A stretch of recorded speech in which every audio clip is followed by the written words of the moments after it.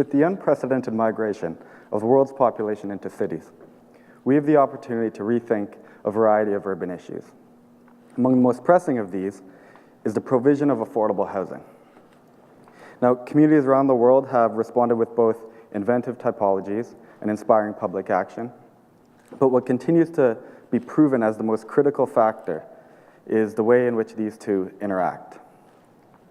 Now, housing, or the home, is a cultural concept, and it's one that differs greatly from place to place. In the United States, property ownership, or the asset that is one's home, carries with it immense historical significance.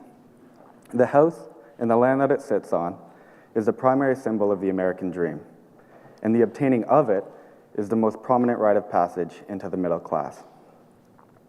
For the better part of a century, this has represented the majority of American households, while various forms of subsidized means have been used to house the less fortunate.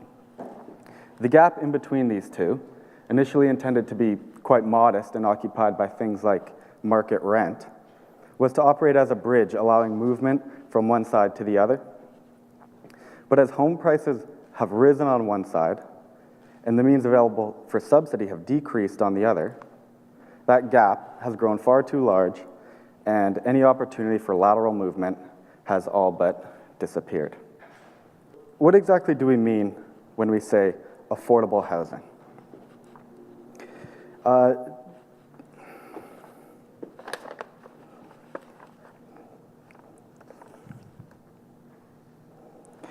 To provide a little context, this is Jeffrey.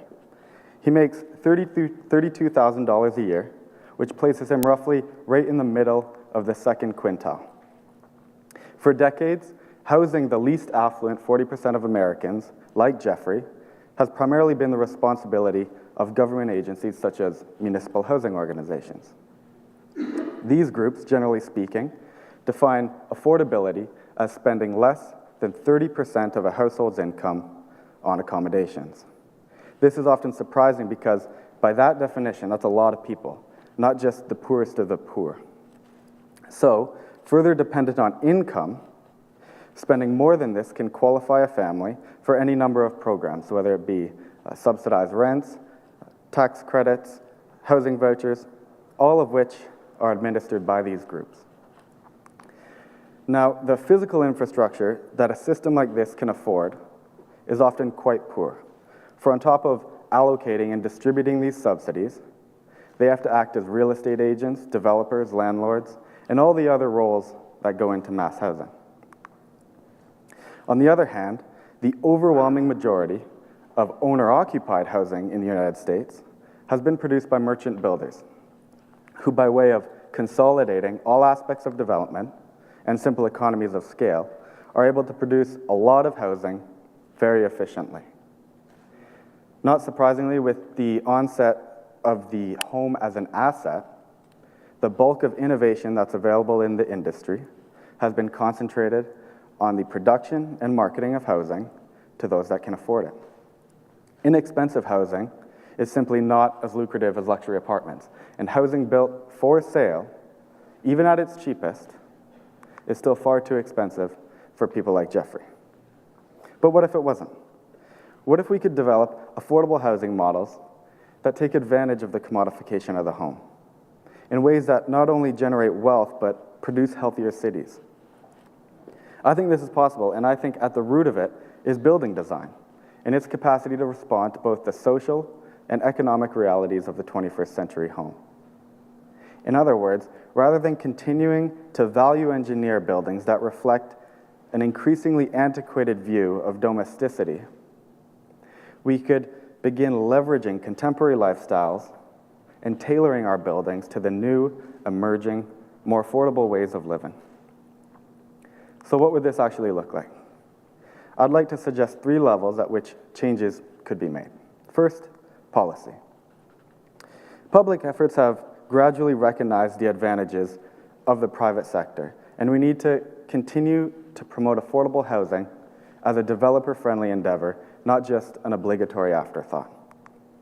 This means, rather than simply helping Jeffrey pay his rent, we incentivize the building of homes that target a price that he can afford. But we also need to be open to new, potentially more accessible forms of this rather established method. For example, collective private commissioning is an embraced and encouraged project delivery model in other parts of the world. It sees the bypassing of many of the development-related costs by way of the direct funding and building of housing by its future residents. So in other words, Jeffrey and his friends, while they may not be able to afford the building of their individual homes, can pool their resources and develop their own building. It's a model that's seen tremendous success in other countries, not only by way of cost savings, but also with respect to certain social benefits, things like having a say in who your neighbors are. Second, planning. Unlocking land and its value is potentially the most significant way to create affordability. Current development trends heavily favor two ends of a spectrum. On one side, you have a house built on a parcel of land that goes largely unused, and on the other, a unit within a building with no individual parcel. Simply shrinking the parcel significantly reduces costs, and in suburban contexts, where the developer is producing a higher building footprint to land ratio, that added revenue can be passed on to Jeffrey as savings. And there are proven ways of consolidating what would be private open space into public parks and amenities that have the same compensatory qualities with respect to residential density. But municipalities need to be promoting the same type of thinking within existing urban fabrics, because as cities grow and layers are added, a host of leftover or in-between pockets of land appear.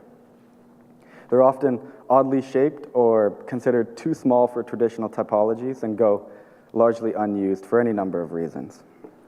For example, it's often very time-consuming and expensive to harvest these valuable urban resources, making their development exclusive to designer or bespoke custom homes.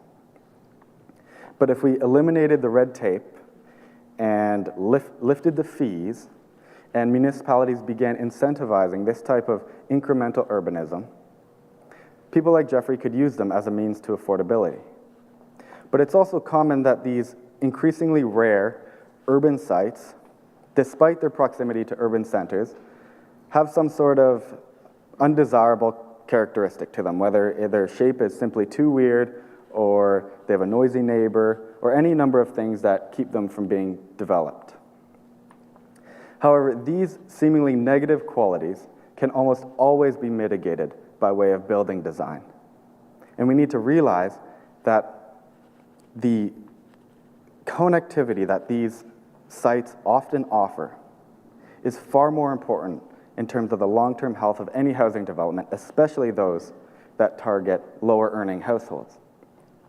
So by prioritizing access to food, education, employment, we can significantly increase the success of not only affordable housing, but our cities in general. And thirdly, building design. Not surprisingly, the most significant expense when it comes to the production of mass housing is construction. This creates a tremendous opportunity for designers everywhere to explore cost-saving strategies through critically examining that house-home relationship. This can be really simple things, like using standardized materials and sizes. This 2,000 square foot home, for example, uses 205 4x8 sheets of plywood for its sheathing. And this 2,000 square foot home uses 132. But the cost of construction can be thought of as half materials and half labor. So while there's a reduction in materials here, there's an even bigger savings from the fact that on that first house, 44% of those pieces of plywood need to be cut on site, and on the second, just 13%. When this reasoning is applied throughout the construction process, that savings is compounded. And the use of generic components doesn't need to imply generic assemblies, but can in fact produce more exciting results based on the thoughtful invention that's required. Or how about typological considerations?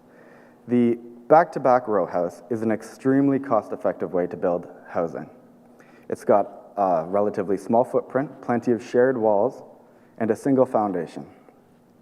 However, it's a fairly unpleasant arrangement in terms of exposure to light and air, being a single orientation unit.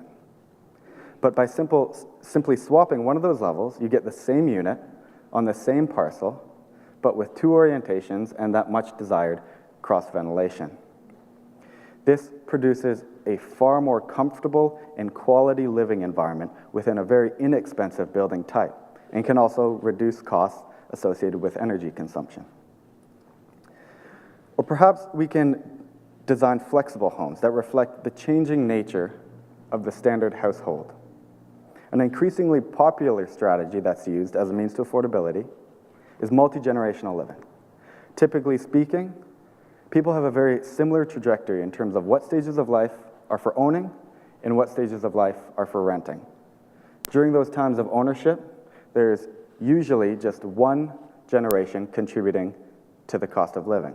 But if we can consolidate some of those stages, that cost can be spread out.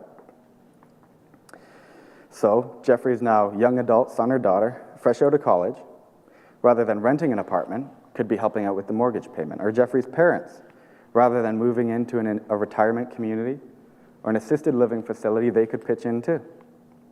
The problem is, Jeffrey, like most of us, doesn't want to live with his parents. But by reconfiguring the basic programs of the home, we can create a hierarchy of accessibility and, more importantly, autonomy amongst the private spaces of the basic house. This creates a far more accommodating environment for more than one contributing generation. Or perhaps we could reconsider the degree to which new homes are finished. New homeowners spend 4 times more than established residents on related products and services. We usually fit out new homes as a means to marketing them, just to have them immediately modified. But what if we could design and build homes to a degree of only what is essential to utility? The resident can then move in and fit them out at their own pace and to their own desires. This not only has the potential to drastically reduce entry-level costs, but also to create more diverse and eclectic neighborhoods and combat the homogeneity that plagues so many traditional affordable housing models.